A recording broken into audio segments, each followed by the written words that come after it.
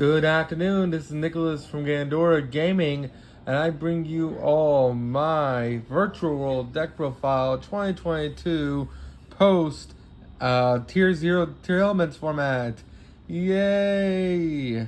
So you're probably looking at the first two cards and you're like, oh, this doesn't really look like Virtual World, and you're absolutely completely said correct. So I felt like to show the first two cards, Caligula, or however you want to pronounce that one, and Falsa Diana, Pacifilus, because these are our two win conditions of the deck. So let's face it, we're in a Tier 0 format. If you're not playing Tier or even Splight, what are you doing? That's just my opinion. Don't get me wrong, the Churi is a really good deck. There's a lot of really solid decks that can definitely win games. I think in the regional there's a shit ton of Exo-Sister players, but I don't think any of them top, so that should tell you how Exo-Sister is.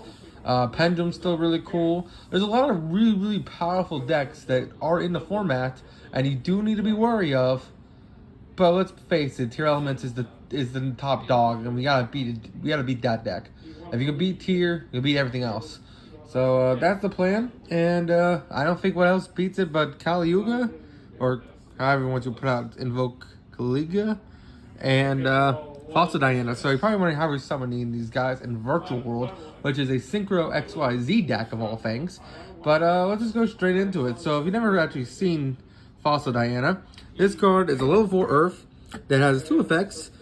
First effect is never play your special monsters, and then it's on field effect when it's flipped face up is destroy all special monsters. It's just a floodgate, locks out you and your opponent, and you usually see this in stun decks. Now, we're not playing stun. Well, we are because we're a controlled toolboxy deck, and that's really what Virtual has always been. But we're just gonna get this engraved and then reborn onto the field. This is probably the best target to reborn onto the field, just due to the fact that Bystials are in the format. So it's an Earth, thus they can't Bystial banish this card from grave, which is fantastic. And this card is just really solid. Really good card in general. Falsa Diana is definitely a really good card, and I'll show you in the combo how to summon this guy. Or at least, maybe not in the combo, but more like explain the philosophy of getting two XYZs that one sends this guy to the grave, the other one reborns him. That's basically it. Now that we're done talking about Falsa Diana, it's time to talk about the virtual monsters themselves. First things first, we're going to talk about our two of, and the only two of virtual we're playing, which is Virtual Heim, which is a pretty solid extender. And ultimately what we use this card is that when this card's in grave, you summon a level 3 monster that has no more special, you can reborn this card onto the field, but it's treated as a tutor, and then it banishes when it leaves the field. It also has the effect where basically, while this card's in graveyard, you can reshuffle back a banished card, which is also just fantastic. A really great card in general, and just a really good extender. So now we talk about these virtuals. Now we're talking about the virtuals that activate in hand. I know this isn't a virtual, I know that, but we're not talking about the virtuals out of 3 of us that we activate in hand. So first things first is Lulu. If you don't know Lulu, I'm surprised you've been living under a rock or you didn't play since Tri-Brigade format. This card is fantastic. This card basically says, hey, you can target a virtual world card you control, monster, spell, or trap, special summon this guy from your hand. Then, all the virtuals that activate in hand have the effect where you send a card from your deck to grave with a different type than the one you targeted. So let's say you targeted a spell, like one of your continuous spells, you spell summon him, and then you either send a monster or a trap, which is great. And then whenever you send the grave, then you'll add the last remaining type from your deck to hand. So let's say you target a spell, then you send a monster, well, then you'll add a trap, or vice versa. If you target a spell summon this card, send a trap to grave, you'll add a monster. Really great card.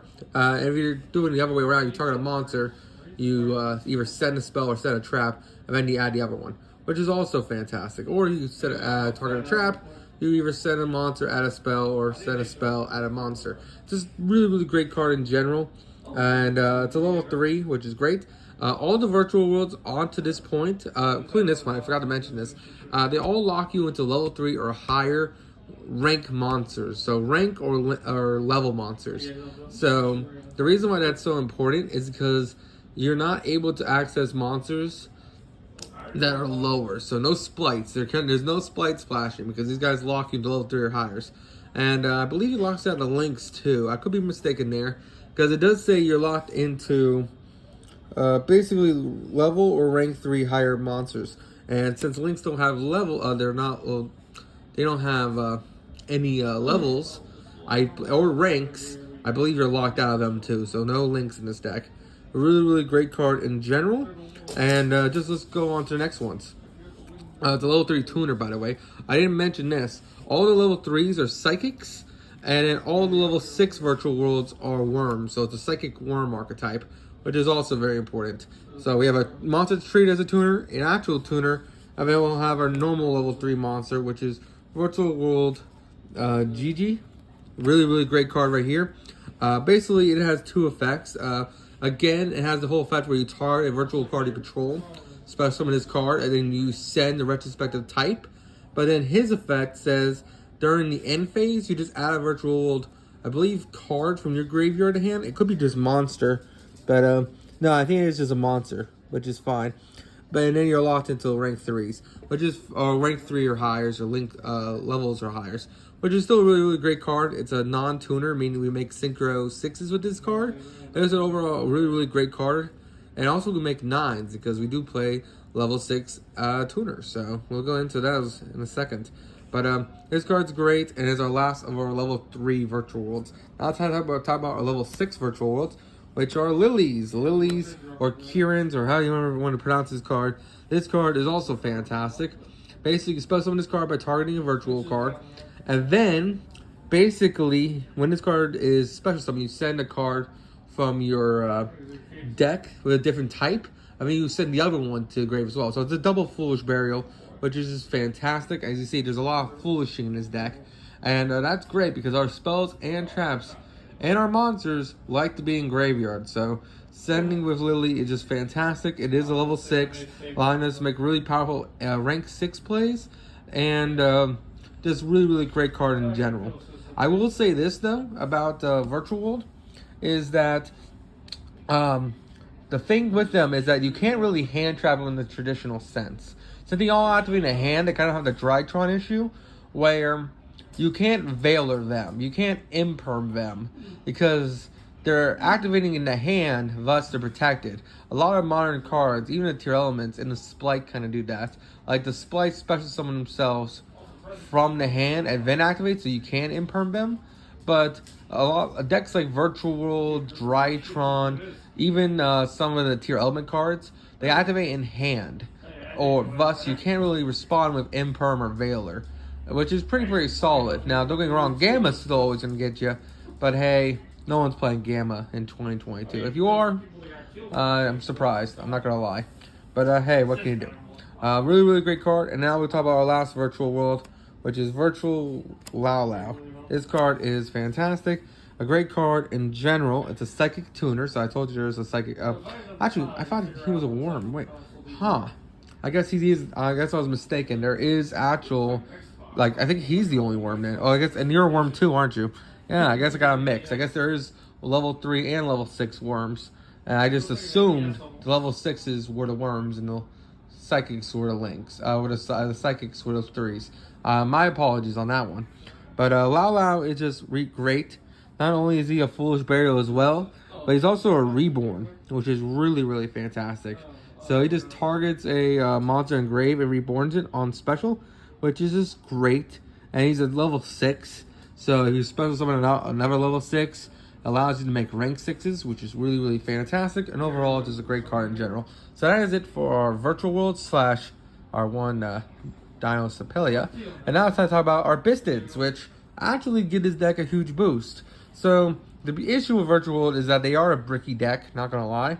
But luckily for us, they're because they're winds and earths, they're just, you can't really be hit by the Bystials, which a lot of graveyard decks been hit by a lot lately. So the fact that these guys are earths and winds are great. And then, not to mention, the Bystials are level 6s.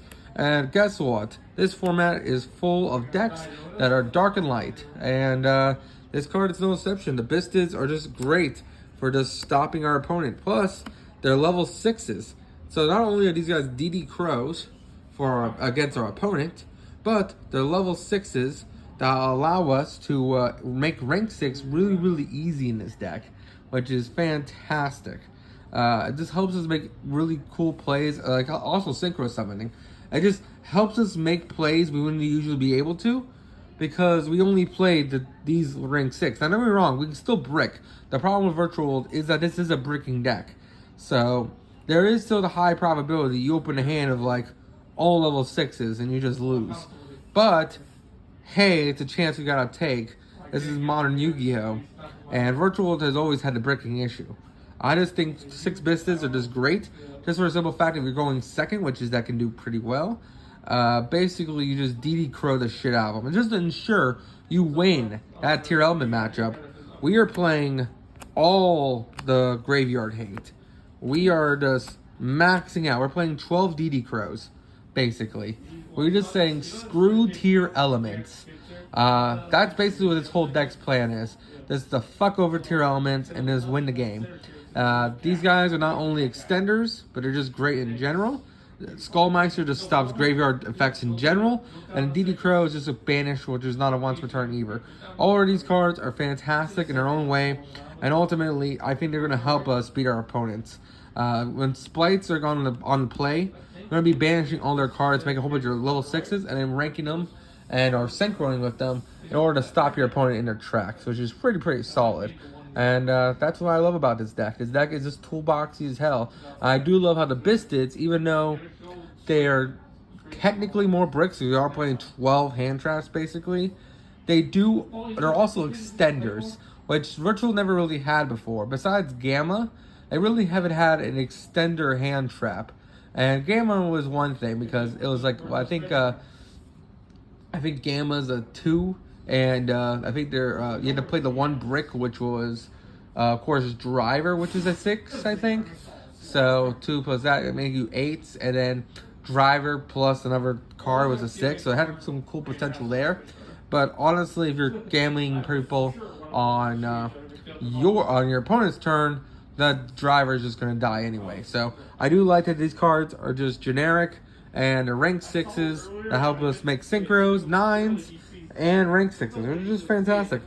Now we just go over to our spell cards, which we're playing 3 Virtual World City Kowloon. You have to play this card. This card is stupid.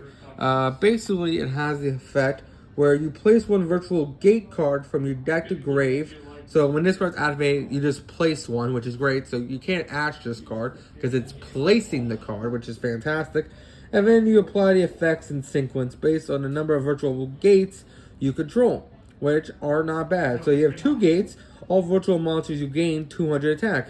3 gates, and send top 3 from your deck to grave. And then 4 gates, spell summon a level 4 virtual world monster with a different name from your extra deck, which is pretty solid. Really good card in general, but honestly, we're just using it so we can place our virtual world Quinlan onto the field. This card is also fantastic. Not only is it imperm on legs, where it basically has the effect you can banish one virtual monster from your virtual card from your grave, target one phase of monster opponent controls, and then gain it until the end of the turn.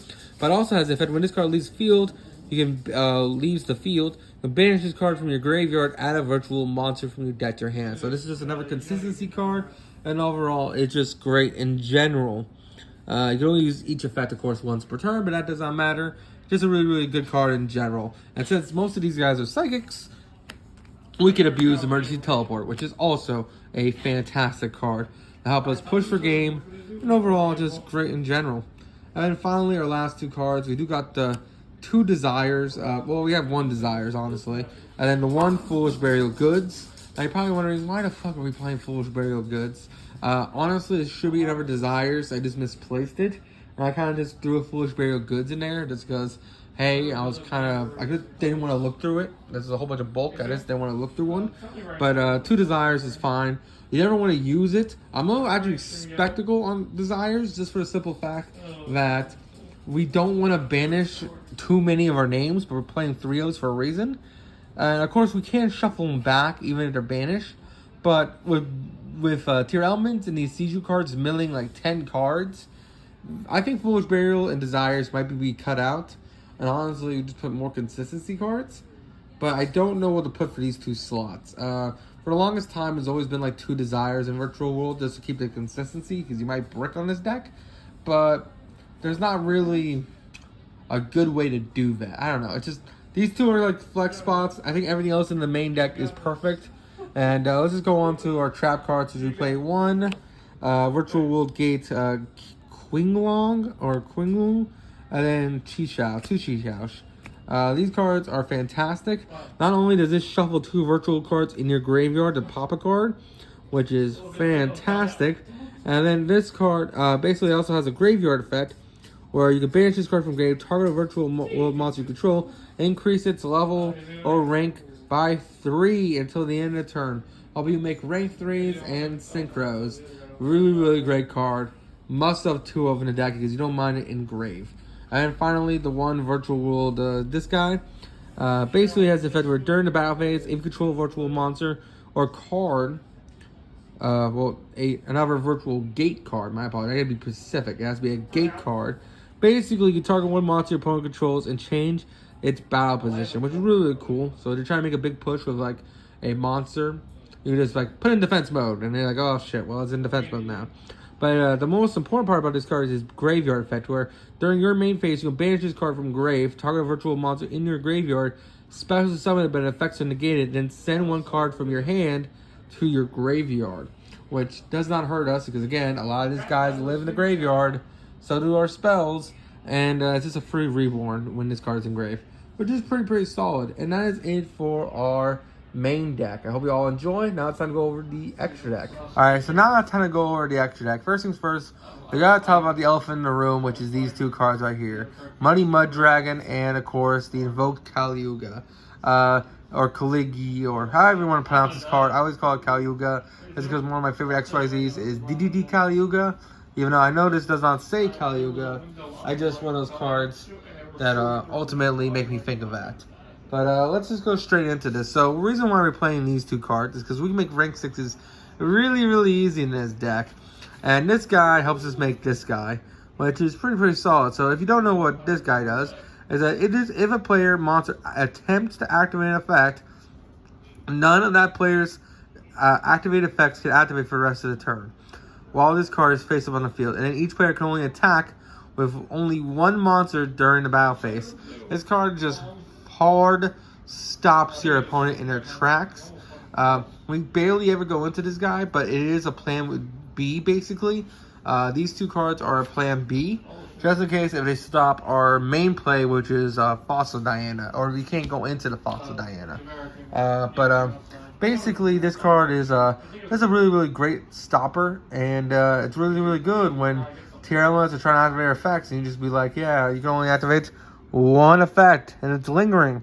Doesn't say when a player monster controls it. It just says basically when it tries to activate the effect, meaning this guy does stop the graveyard effects, to my knowledge. If I can read them real quick. If a player monster attempts to activate the effect, doesn't say on field, none of that player's monsters can activate their effects for the rest of the turn.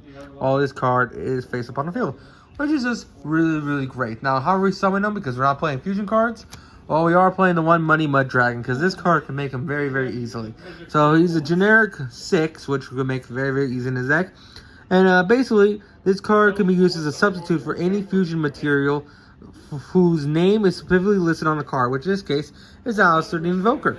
And then it has the effect where basically during your main phase, if you control a synchro, if you control a synchro summoned, you can special summon 1 fusion monster from your extra deck using monsters you control as fusion material. And guess what? He only requires a dark monster. So guess what? A Bystial is a dark monster, and we have other extra deck monsters. So this can be really easily be made, very easily. So you just make a rank, make this guy, summon out a Bystial, which you're probably thinking, well, if your opponent isn't new plays, how are you gonna do this? Well, most likely your opponent's playing tier, and most likely they're gonna try to use some things, hoffiness, anything. I mean, that's how we're going to stop him. So when you do that, you're going to summon out Bystial, because we're playing 6 of those fuckers, or just a DD Crow, or just anything. And just basically just this is the last resort play. I really like it. You can take this out if you want, but I really just like it as a play. So basically, a Bystial plus this guy equals this guy, which stuns our opponent for the rest of the duel, which is fantastic. And now let's talk about our 6s. We also play these two.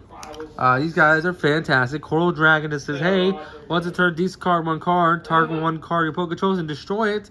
And then if the single card leaves the field or sent to draw 1, which is fantastic. And then this card basically says, hey, when this card is single summon, draw 1 card. Really, really great effect. And then this card can attack all special summon monsters once each.